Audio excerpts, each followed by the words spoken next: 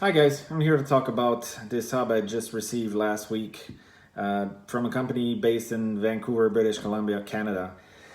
This is the Silent Shogun hub, and it's a silent hub, but convertible to loud if you want to, just by removing a little parts that's inside. I'll show you a little bit later.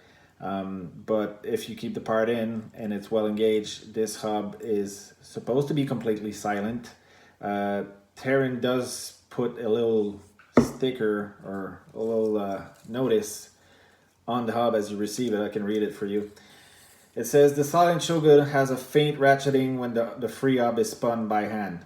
This faint ratcheting goes silent the moment the hub is put into a wheel and put into a frame. So basically, as it is assembled and compressed into the frame, it goes silent. So we'll see about that. As you can tell, it's not laced yet. And looking outside, I won't be riding this hub for another, oh God, a month and a half, maybe two, since I'm from Quebec and the winter doesn't seem to want to go away. But as far as key features, basically what's interesting is this hub is completely tool-free for maintenance. You just basically have to pull it out like this. You take your cap off on the other side, slide the main body out, and then you have your axle, which you can remove as well. By the way, this is a alloy axle. By default, this hub will come with a steel one, but if you ask them, they can put a alloy one at no extra cost. And by the way, this hub goes for 465 Canadian dollars.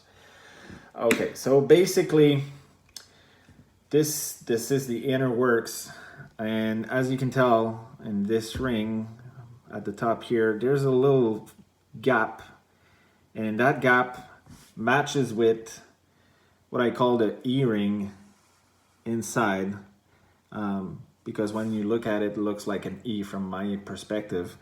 And so that little tab that you see is the one that goes into that gap on the free hub, and that locks this part in place, and that's what allows the hub to be totally silent as you're moving. Let's see if I can block it just to show you. You see the pals will retract, no more pals, and so that's how they keep it silent. And then as soon as you need engagement and you're pedaling, these come back out.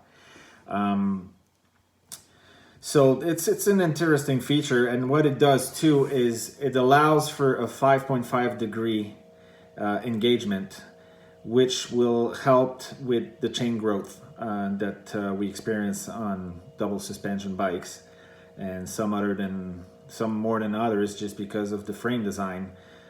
So that kind of drew me in as well, because I felt that this could be helpful, because the terrain which I ride here in Quebec City is pretty rough, and so there's a lot of chain growth, a lot of kick pedal or kickback on the pedals, and I thought that, yeah, why not? It might help, and so that's another selling feature for me.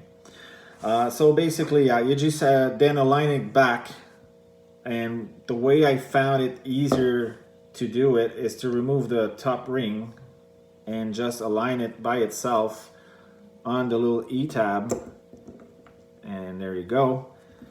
Take the little spacer, put it in the middle, and then re-engage everything together.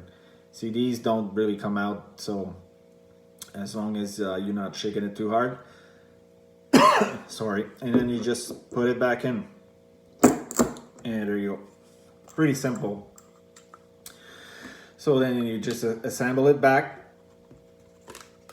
like this, put the cap back on, and there you go, and maintenance done, basically.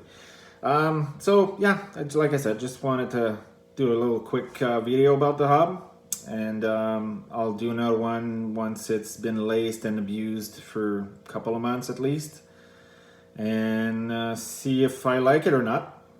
And so just stay tuned. See you guys.